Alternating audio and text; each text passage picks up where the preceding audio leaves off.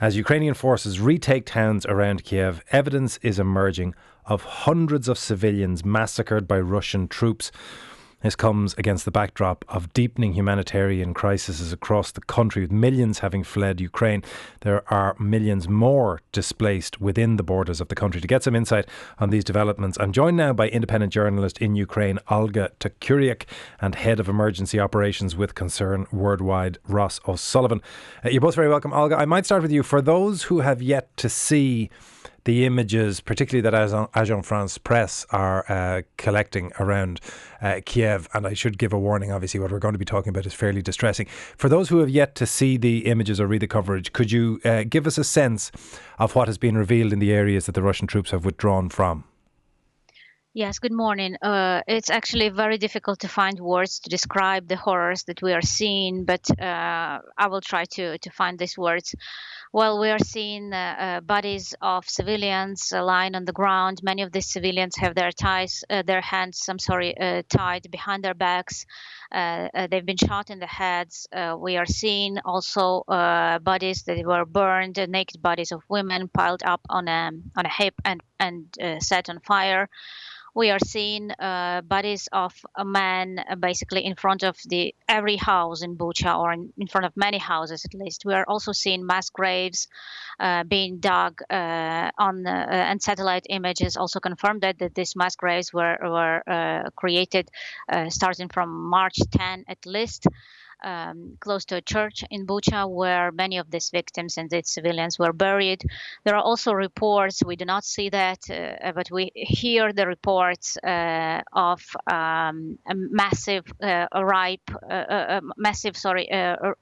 of women and even underage girls committed by Russian soldiers in Bucha, in this suburb of Kyiv that used to be, one of the best places to live on the outskirts of Kyiv. It was a very green area with the pine forests, leafy nature, and a lot of people moved there. They didn't want to live in the capital, but they lived in Bucha and they commuted to Kyiv for work and for school for the kids.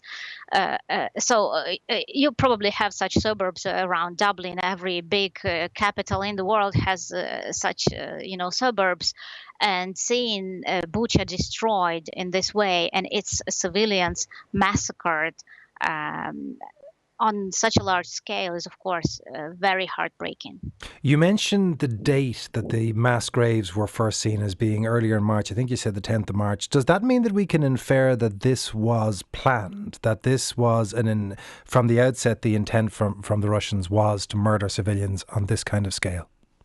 Yes, it seems that it was not, an exception, what happened in Bucha, that this was not some kind of exaggeration by, the troops who were not given concrete orders to abstain from this sort of crimes. It seems, in fact, that it was planned.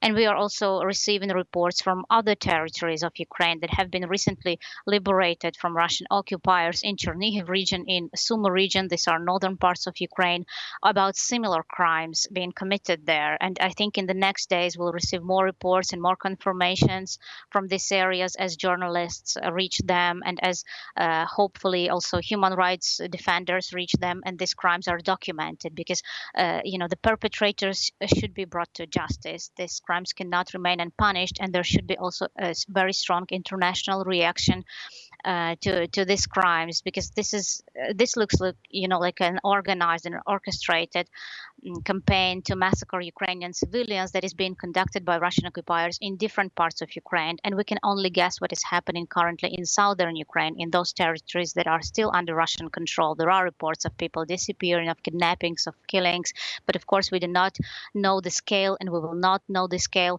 until those territories are liberated and returned under Ukrainian control. The Ukrainian President Volodymyr Zelenskyy has been very evidently aggrieved and furious in his response to these revelations. What has been the broader reaction from people in Ukraine? Well, a widespread feeling of grief, of course. by watching these photos. I have many friends from Bucha. I used to visit this town very often with my kids to walk in a park there. There was a beautiful park, and some of my friends, actually, their houses have been destroyed and looted in Bucha. They were lucky to escape on the first day of war, because basically Bucha was overtaken on the second day of war, and already the reports are that the Russians started to massacre civilians there from February 25th. So it was going on for a month, basically. All this massacre, it was going on there for a month, and nobody could do anything without that, about that.